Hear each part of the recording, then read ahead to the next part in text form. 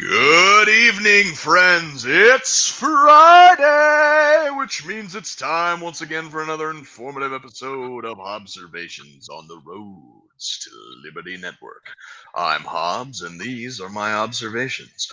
Joining me tonight is outdoor enthusiast, children's book author, and fellow naked and afeared survivalist, Russel Sage. Sir, how are you this evening?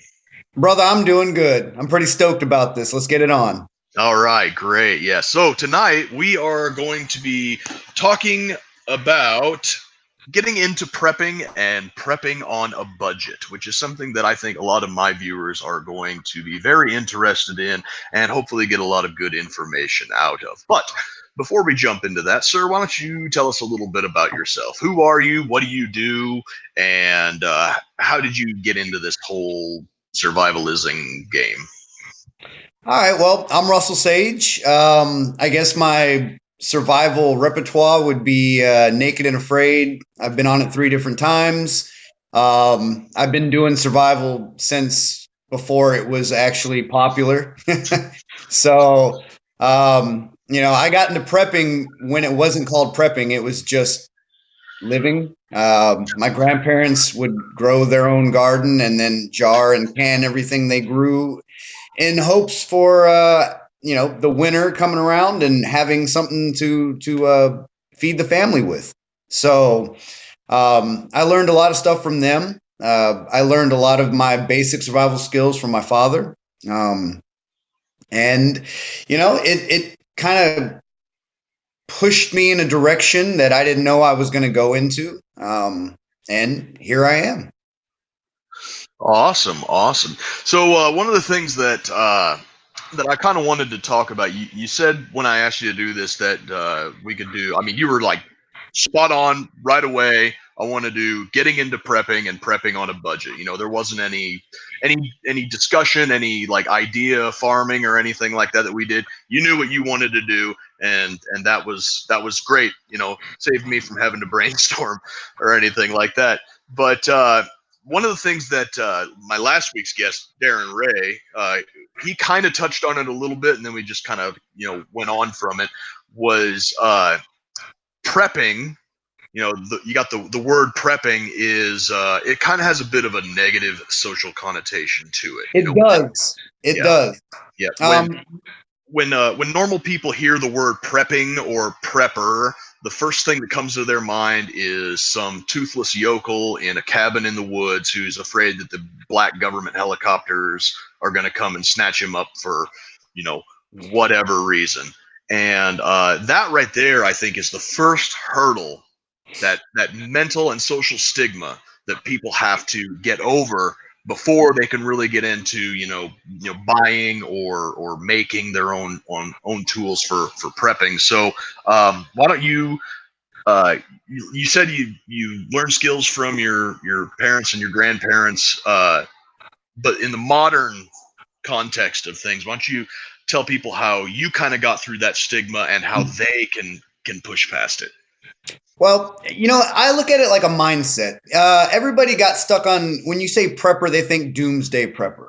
Right. And that you are waiting for an apocalyptic event that's going to happen, that may happen, may not happen, but you know what? You're going to be prepared.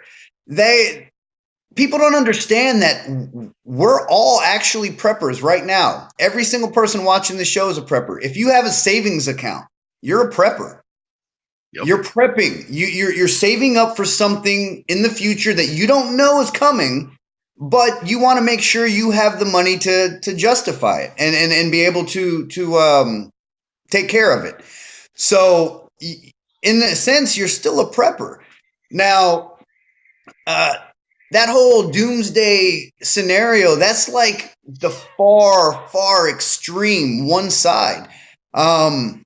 FEMA says you should have 72 hours worth of food, and I think that's bullshit. And I'm dead serious. 72 hours? A family of 4, 72 hours, that's, 4 servings or 3 servings per person, 4 persons a day. That's not a lot of food. I mean, hell, I could eat 72 hours worth of food in one sitting. Yeah, definitely. Definitely. So, Yeah.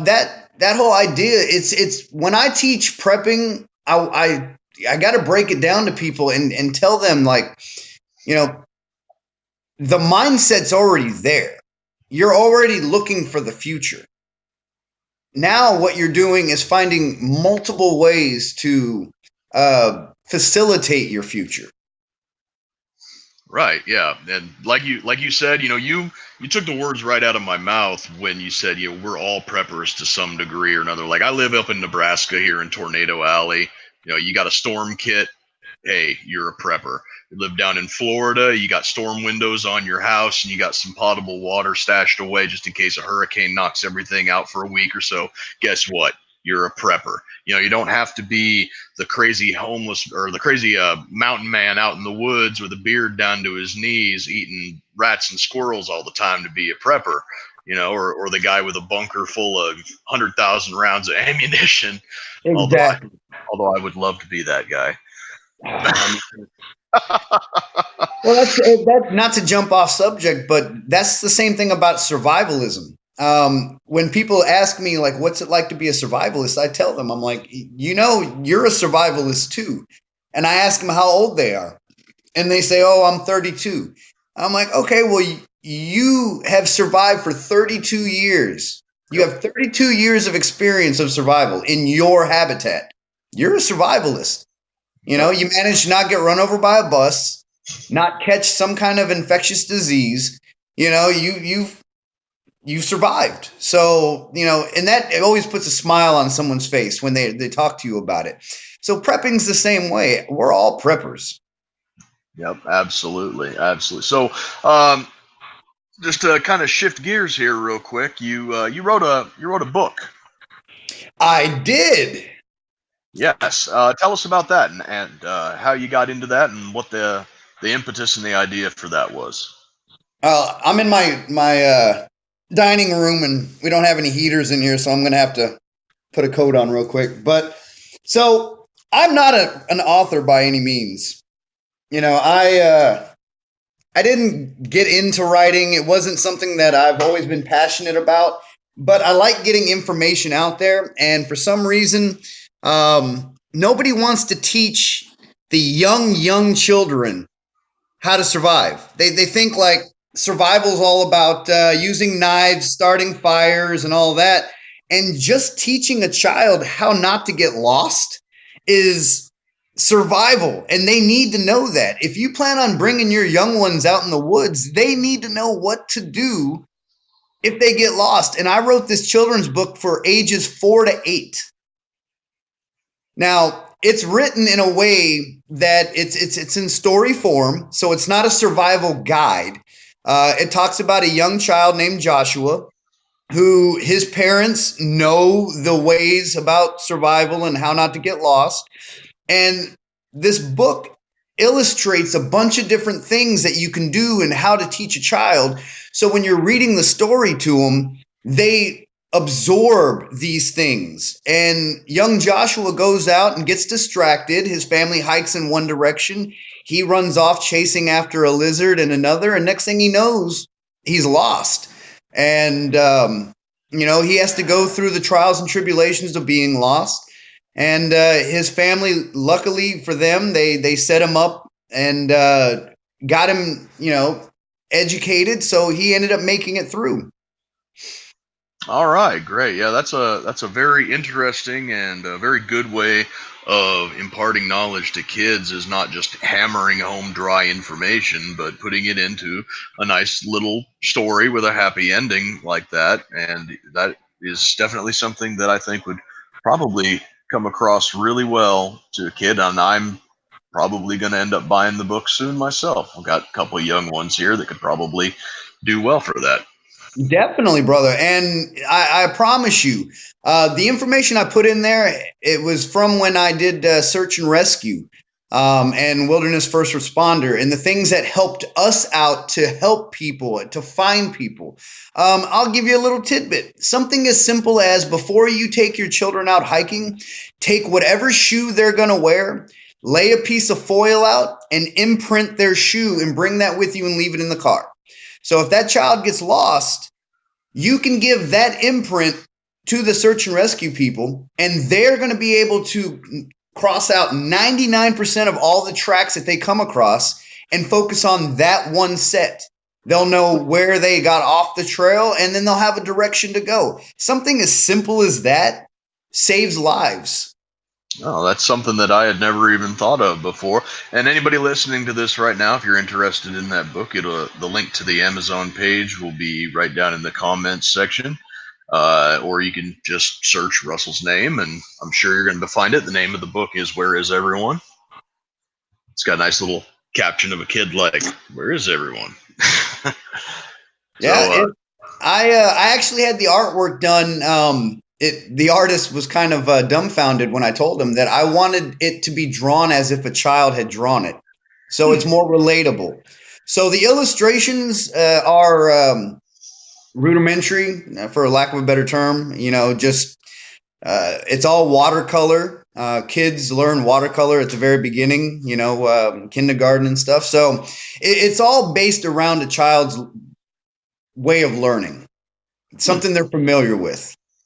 Wow, seems like a whole lot of forethought went into the putting together, because that right there never would have occurred to me if I was writing a book for aimed at kids to make it as relatable to them. I would be like, give me Rembrandt. I want all my illustrations to be like the Sistine Chapel or something like that. So yeah, that's a stroke of genius right there, and I applaud you for it.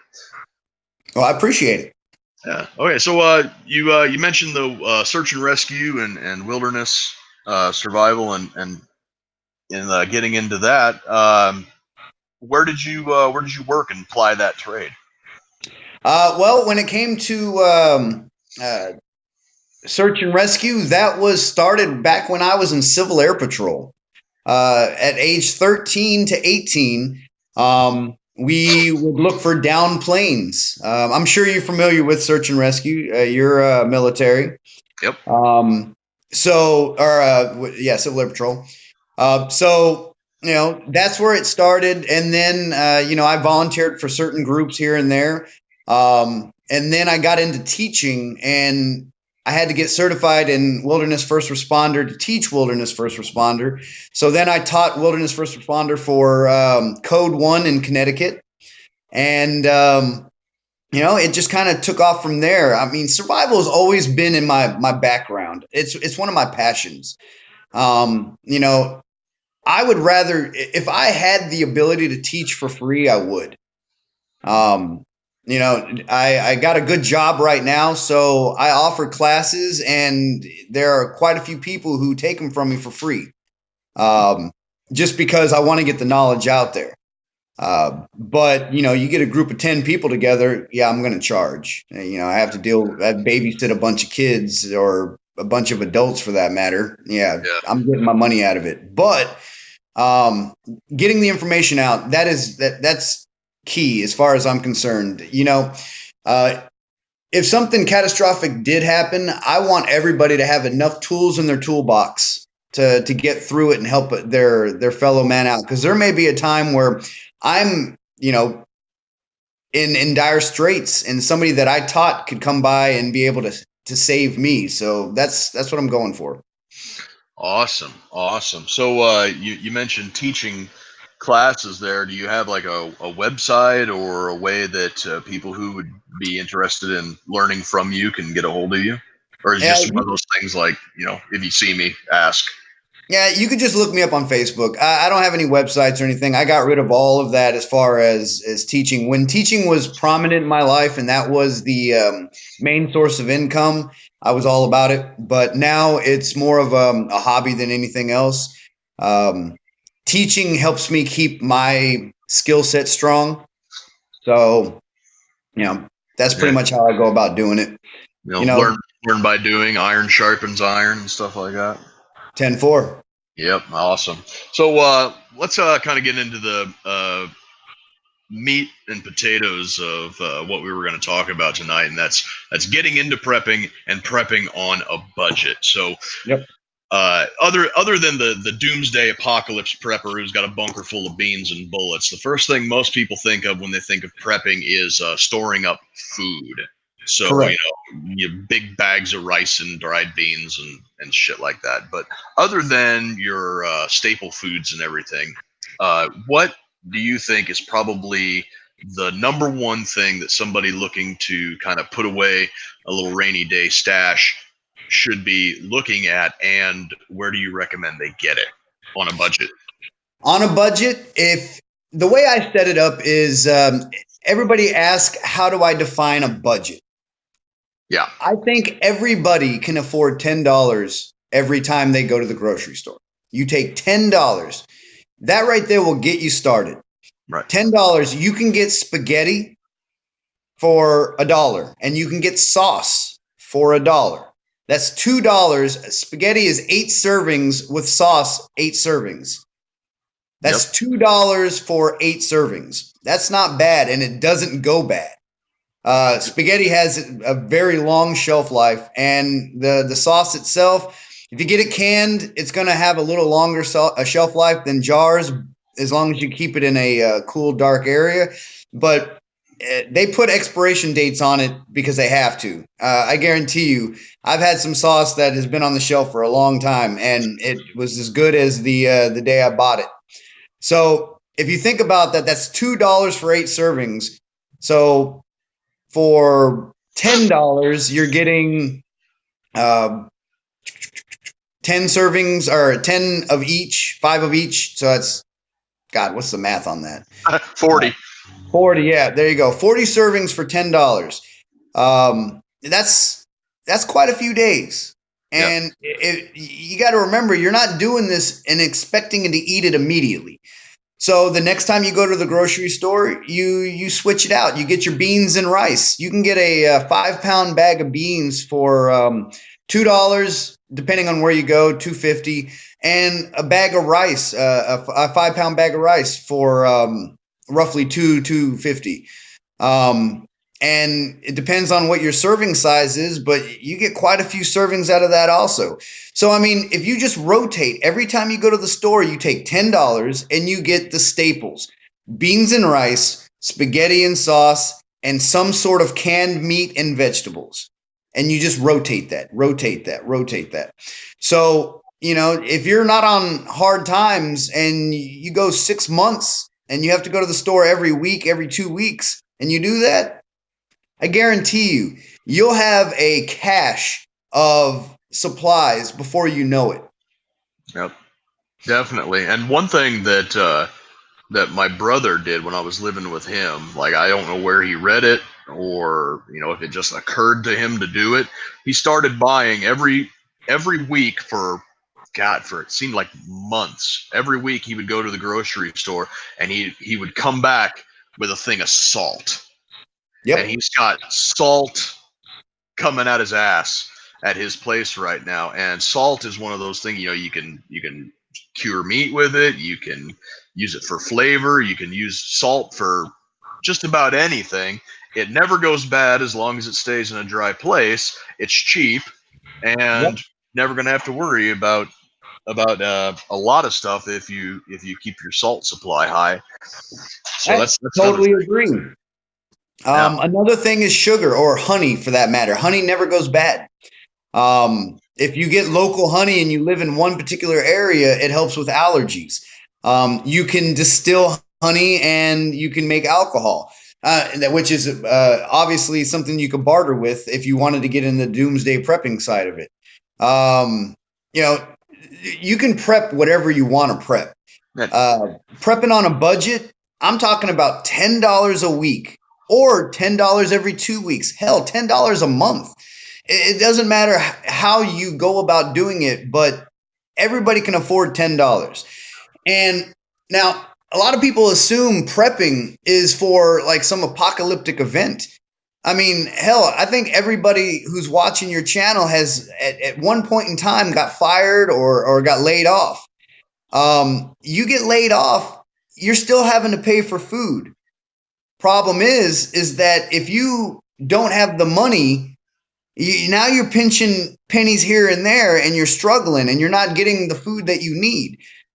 So if you have money when you're working and you start building up your supply cash, all of a sudden you lose your job. Guess what? One thing you don't have to pay for: food, because you've already put that in your savings account. That food is already in a closet. It's already under a bed, and you can spend the money that you would have spent on food for another bill and help get yourself back on your feet. Maybe that's gas in a tank. Yep, getting to your new job or an interview for a new job that'll get you back going. So kind of off topic here, but Mark Andrew, the head guy over at Thick Boog Line, wants to know what your opinion for the best prepper round is: 223 or 22 long rifle. Ooh, I'm gonna say 22 long rifle, and I can justify that with you can hunt with it, and since it's got the muzzle velocity that it has, if you get a long rifle, you can still do some damage. I've seen some YouTube videos where somebody took a ham, wrapped it in duct tape, and put a leather jacket on it, and shot it with a 22 long rifle, and it had some decent penetration up to 4 inches. And that was at about 30 yards, I believe.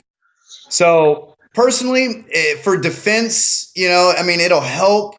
Nobody wants to get shot with a 22. But I'm looking at something for hunting.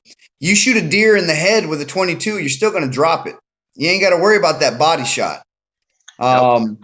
So if to answer his question, prepping wise, 22, it's cheaper and it's more versatile.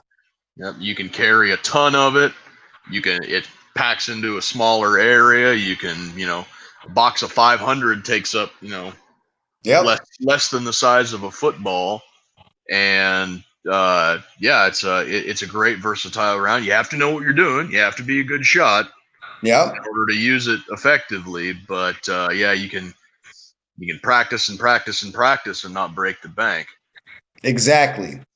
Yep, absolutely. So let's see. We talked about food. What are some hard goods, some supplies that a prepper-minded person on a budget might want to invest in? Things like cookware or canning supplies, tents, things like that. What's your priorities? Your priority list. That's what I'm trying to get at. I would say get yourself a good cast iron skillet.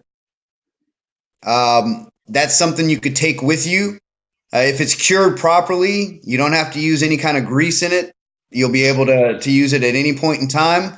I would say you can go to Walmart and buy jars. They're kind of expensive, so hit the flea markets.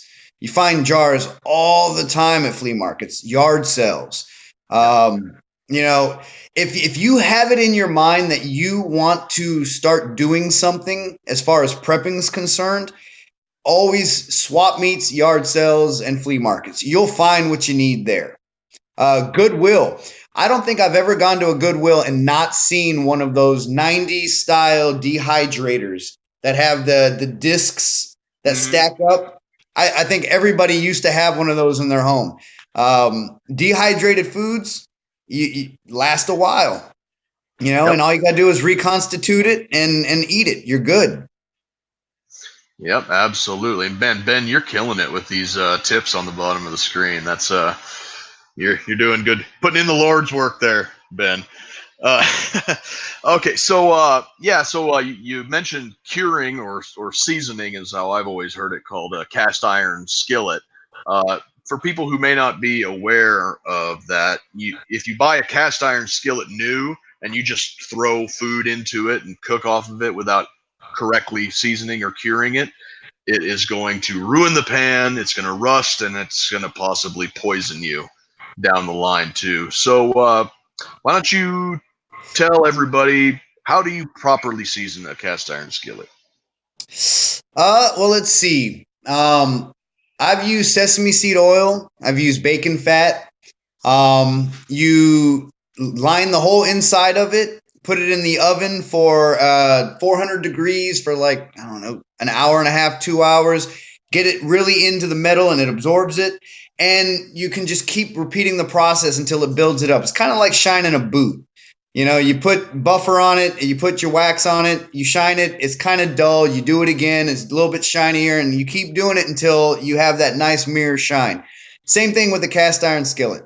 I like bacon fat. That's just one of my go-tos. I like once I do cure it, cook my bacon in it, and just let the fat sit in the skillet on the stove until I use it the next morning. Um, you know, Bacon fat doesn't go bad as far as I'm concerned. I've never had lard go bad. So yeah, everybody has their own recipe for it, and what I do might not work for everybody else. But look, Google is only a button away, and you can find the easiest recipe to help you out, and you can figure out how to cure it your way. Yeah, absolutely. That is one thing that I'm glad it exists. It probably makes shows like this a little bit redundant, but sometimes people just like listening to other people talk about interesting topics like this. But I would have to say that as far as I'm concerned, the number one prepping resource out there is the knowledge that we've gathered, and everybody has access to the sum total of human knowledge at their fingertips right now. Oh So yeah. go in if you need to get information, just it's a click away. Utilize the resources that you have available, and resources aren't just hard resources like food and water and shelter and stuff. They're the stuff between your ears up here. And it weighs nothing. Yep. a Takes up buddy of no space. Yep, a buddy of mine, he has a really good saying that I like. He says that knowledge is the only weapon that cannot be taken from you. And Agreed. I really like that saying, and I wish I'd have come up with it, because I can't use it to sign off from this show every week, and it kind of bums me out. But so all right, so we've gone over hard goods and where to get them on a budget: flea markets, Goodwill, thrift stores, swap meets, garage sales, stuff like that. And we've gone over how to excuse me, not just how to budget, but like how to get, set aside $10. That's it. Not Yeah, not just look for the cheapest stuff when you need it, but just set aside for now. And if you got a closet full of salt and dried beans, then you're the only person who's going to be complaining is your wife when she can't hang her clothes up or something. And dude, you'd be surprised the places you could store it. You get you a nice little tote and you can slide it under the bed. Yep. You can put it in one of those closets. You can put it in the garage. I always recommend putting it in a tote because you don't want critters getting in there. But the possibilities are endless as far as where you can put it. If it's dry goods, hell, you can store it in the attic. It ain't gonna, as long as there's no moisture in there, you're good. Yep. That is definitely true. So I talked here just a little bit about getting on the internet and getting your knowledge off of that. But once again, Mark, buddy over at TBL, he brings up a good point. I don't know if he means to or not, but the internet might not always be there. Electricity might not always be there. Yep. So what are some books, like hard copy books, that you would recommend for people that want to get into this game?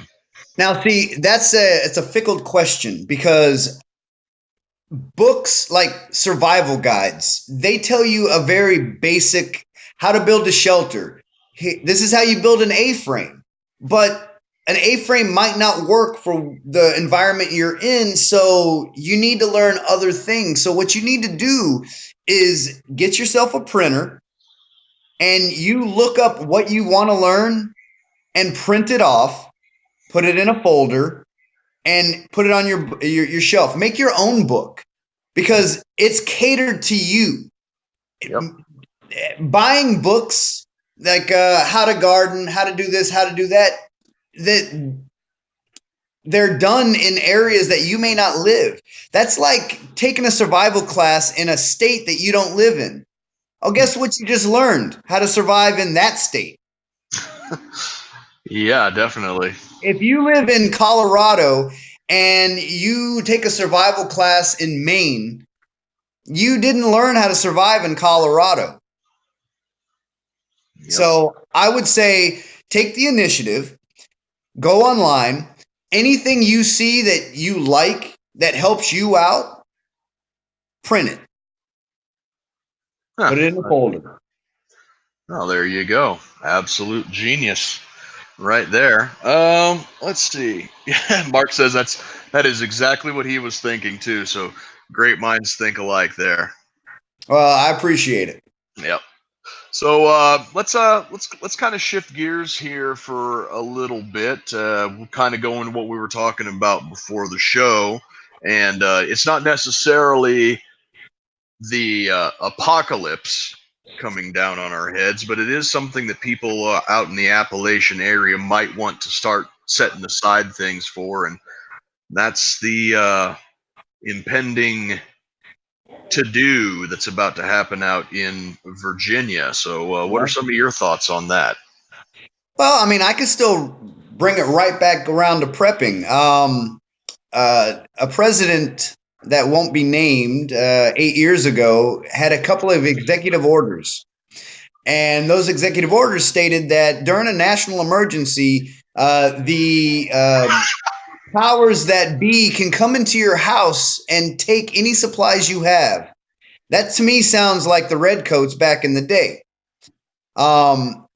So that's why they say only have 72 hours or 72 hours worth of supplies, because once the 72 is up, you'll be able to get the rest of your supplies from FEMA, because the government will be able to give you those things because they've taken it from other people.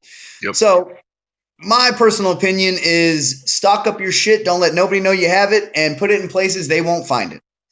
Yep, that is one of the things that I think that a lot of guys out here in this sphere in the age of social media take for granted is I've got mine, but I also want to tell everybody I know that, hey, check out my stash of MREs that I got for dirt cheap off of a military surplus site and everything.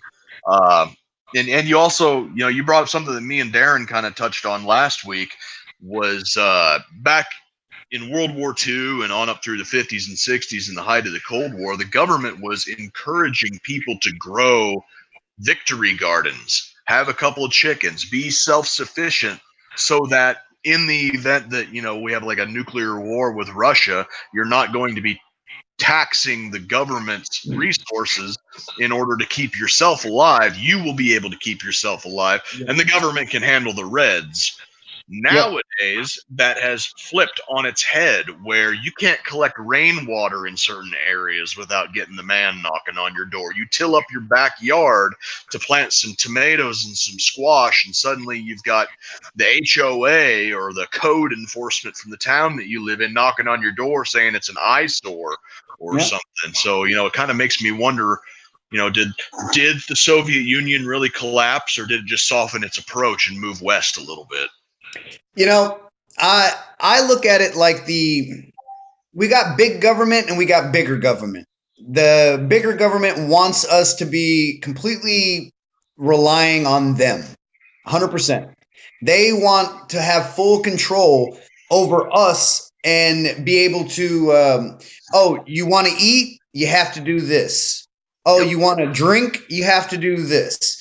And being self-sufficient is becoming more illegal every day, and it's our God-given right to be self-sufficient. Yep, absolutely. That's the when people talk about like what do you need a gun for, or hunting is out of style or anything like that. I don't take it to look at it like I need this gun for this purpose. I ask people, rather than comparing guns to cars and death tolls and all that other shit, the way that I like to do it is what purpose does a car serve? And if they say, anything other than conveyance from point A to point B, that's what I'll tell them. Doesn't matter if it's a lifted Jeep or if it's a Prius or whatever it is. A car's purpose is conveyance from point A to point B. Mm-hmm. The same thing applies to a firearm. What is the root purpose of a firearm? And to me, that is self-sufficiency, Correct. independence. Independence. It's not about this gun is for hunting and this gun is for target shooting. No, the purpose of a firearm, period, full stop, is self-sufficiency. It is independence from the need to eat. You can hunt with it. The protecting your property. It's for ensuring that the state or roving bands of Fallout style raiders aren't killing you and raping you and taking your shit. Self-sufficiency and independence is the root purpose of a firearm, the same way that the root purpose of a car is conveyance from A to B. Totally agree. And that a little side note on that, convenience gives way to a false sense of security. You being able to hunt and get your own food, that's great. That's awesome. But the people that are anti-gun, anti-survival, anti-prepping, all that, they go to the store and get their stuff out of convenience. Mm-hmm. But everybody who lives anywhere where there is any sort of possible national disaster, like flooding in Houston, snowstorms up north, you can't go to the store and get your stuff because the shelves are empty, because the trucks can't get there. Now, your convenience is out the window. Now, what are you going to do? What happens if you're on food stamps or you're on assistance and the computer systems go down, which happens all the time? I'm not talking about a solar flare or an EMP. I'm talking about just a bug in the system. Now you can't get the money on your card to go buy the food you need. So that's what prepping on a budget, all that is. You're just building that up. Yep, just in case something like that should happen. So here's kind of an open-ended question here from Mark. He wants to know, bug in or bug out if shit hits the fan? And before you answer that, I'm gonna ask him to maybe clarify a bit what shit is hitting which fan. But you can go ahead and take it from there, like what your personal preference would be, just on a general scale. That is a 2-tier answer. Yep. So, bug in or bug out? I would say bug out if the location you're at is an apartment, a rented house, something like that. It's not yours, and the people that own it may come back for it. So you got to get out of there. If you have a spot of land, you have your own house, you have your preps there, you've collected your rainwater, you got your garden, you got your farm animals, you got your storage there, you got your ammo there, you got your guns there, you got your family there, your family's extended family knows to come there during an event, bug in. Everybody always, all the people I talk to, they're like, I don't need to prep. If shit ever hit the fan, I'm going to go in the woods and hunt. Yeah, you and about 500,000 other people in the county that you live in. Exactly. Yeah. And the reason why we have hunting licenses and tags and all that is so we don't deplete the population. If all of a sudden every person with a gun goes in the woods and shoots everything they see, from songbirds to rabbits to coons to possums, just for meat, guess what? There ain't going to be no more meat. It's going to go, especially if it happens during the wintertime where you can't grow. I support growing indoor gardens, our windowsill gardens, a tomato plant in a 5-gallon bucket in a living room that the sun shines on. Something as small as that is giving you a little more substance than you had. Yep. And tomatoes are awesome. And they are. They'll grow they're almost damn near a weed. Like they'll grow with no help. Yep. Yeah, we had one. It was really really funny. My wife just bought a tomato at the store and decided to save the seeds and was going to use it as kind of like a learning thing with the kids. You know, this is how life works and whatever. So planted the seeds in a little pot, and it Mhm. soon got too big for the pot. So then moved it to a much larger pot, and then it very soon got too large for that, and I ended up having to dig a hole in the backyard and Yep. transfer this tomato plant from what is essentially a 5-gallon bucket full of dirt without like breaking the stem off, and that was a huge pain in the ass.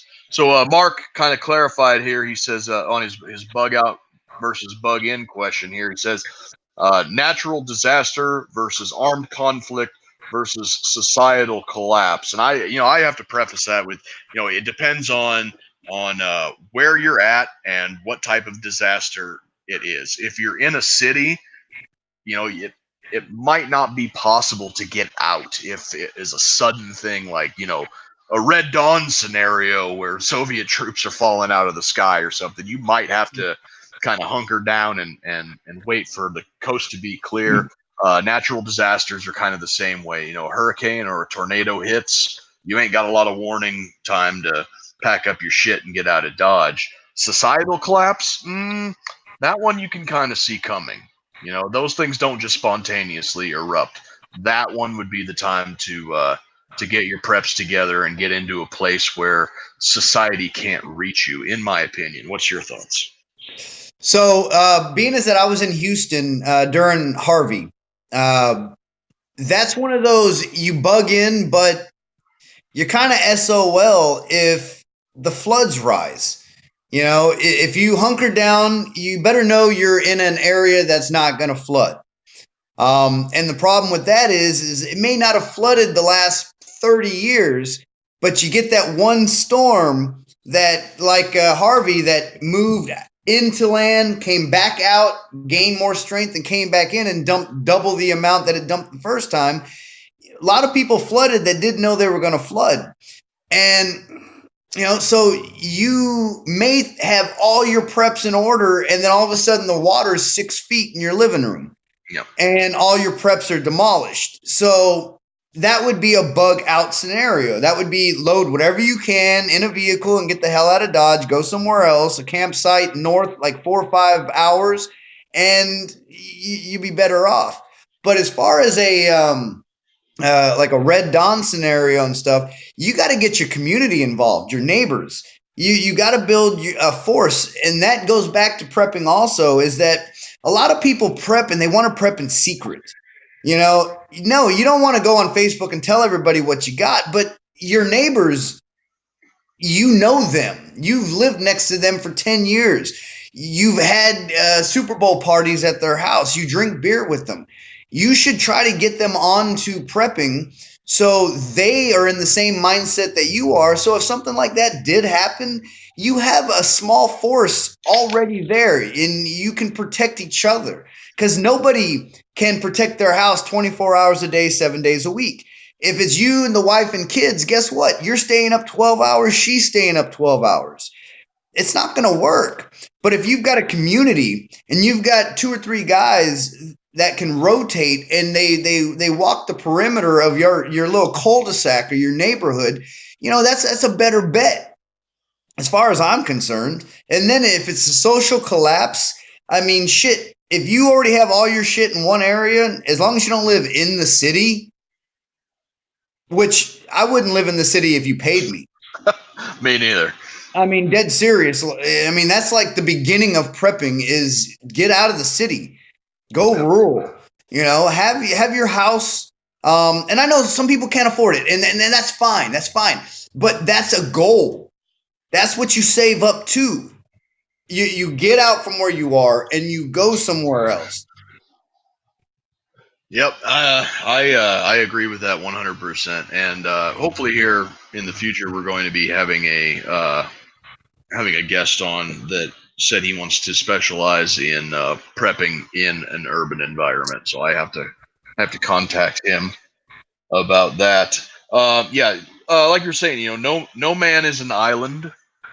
If you could have the perfect preps for the contingency that you most see coming, but if you're by yourself, you don't have a family unit or a small community to support you, then you're running on borrowed time. And one thing that needs to be driven home to a lot of people who are just getting into prepping is you cannot prep for every single contingency, and it's stupid to try. Uh, Exactly. yeah, like I said, I live in Nebraska, in the dead center of the country. Hurricanes are a non-issue for me, so I don't need to prep for a hurricane. Or massive flooding where I'm at. It gets a little moist around here sometime, but it isn't like 6 foot of water like you were talking about during Hurricane Harvey. So I don't really need to prep for any of that. What I do need to prep for though would be tornadoes Yep. and electrical storms and things like that. So knowing your area, knowing the types of scenarios that are most likely to affect you in your area, and you could probably extend that to 100-mile radius around you. Know that area, know those types of contingencies, and prep accordingly. Well, that goes back to the bug in, bug out. I mean, any scenario where I said bug in, you still need to have a bug out Yep. contingency.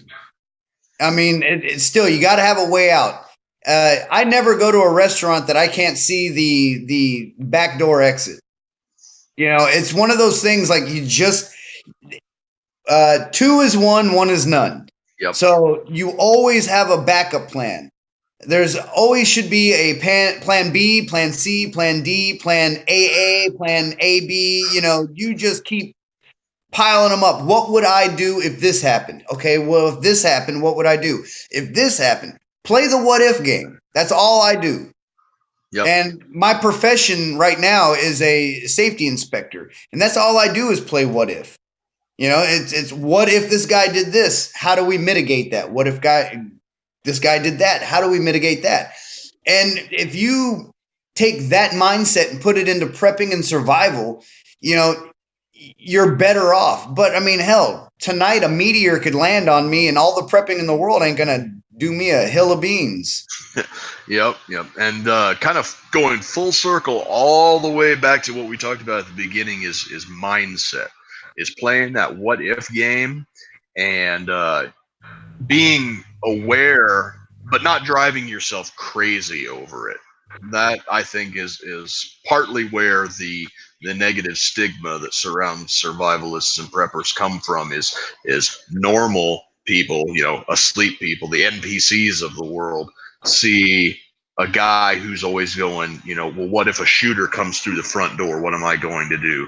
Or any of these contingencies that have like a 1 in a billion chance of happening, but you're playing what if in your head. The people who don't do that, who are kind of asleep at the wheel and just coasting through life, to them that seems crazy. Yeah, And well, what if you went to a movie theater and a crazy guy came through and shot it up? What if you were at a dance club and a crazy guy came and shot it up? What if you were at a concert and a crazy guy came and shot it up? I mean, those aren't what ifs. Those are actual events that have happened. So I would have never thought in my wildest dreams going to a club and dancing and having fun and being there with my girl and drinking a beer that a madman could come in and shoot it up. It's just not, it's not something you fathom, but it happens. Mhm. So all the naysayers that say, "Oh, that can never happen," when I talk about a meteor hitting or Yellowstone popping off or social disorder, they say that can never happen. But just because it's not probable doesn't mean it's not possible. Mm-hmm. Yep. And every single area has a different degree of probability for certain scenarios. It goes back to knowing your area, knowing the contingencies that you have to plan for. If you live in a large metropolitan area, the chances of rioting is going to be exponentially greater than like where I live in a town of about 35, 40,000 people. There's not going to be huge, large scale Molotov cocktail brawls in the street where I live, but you down there like Houston or Houston downtown proper, it's probably going to be quite a bit more likely there. Well, I mean, look at LA during the LA riots. You had rioting, but look when the Yankees won the World Series. People flipped cars and shit. You see it celebrating. I still see it as rioting. Look when a team lost, they got mad and flipped cars. It was a powder keg, and it just took one additional step for that thing to pop off. Luckily, a lot of those events were squashed in some way, form, or fashion. But celebration and rioting are, two of the same thing. And I have a funny suspicion that with this election coming up, either way, one side or the other, whoever wins, there's gonna be rioting. Yeah.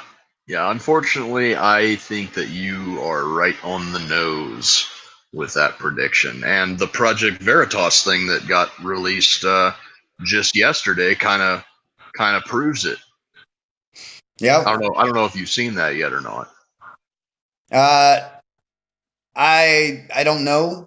I see a lot of stuff that I retain a little bit of it. Yeah. Well, we can talk about that after the show. And speaking of which, we got about 10 minutes left here. Stick around after we bring everything down, and we'll do a little bit of an after action review here. But like I said, we got 10 minutes left. So just give us some closing thoughts about whatever you want to talk about. All right.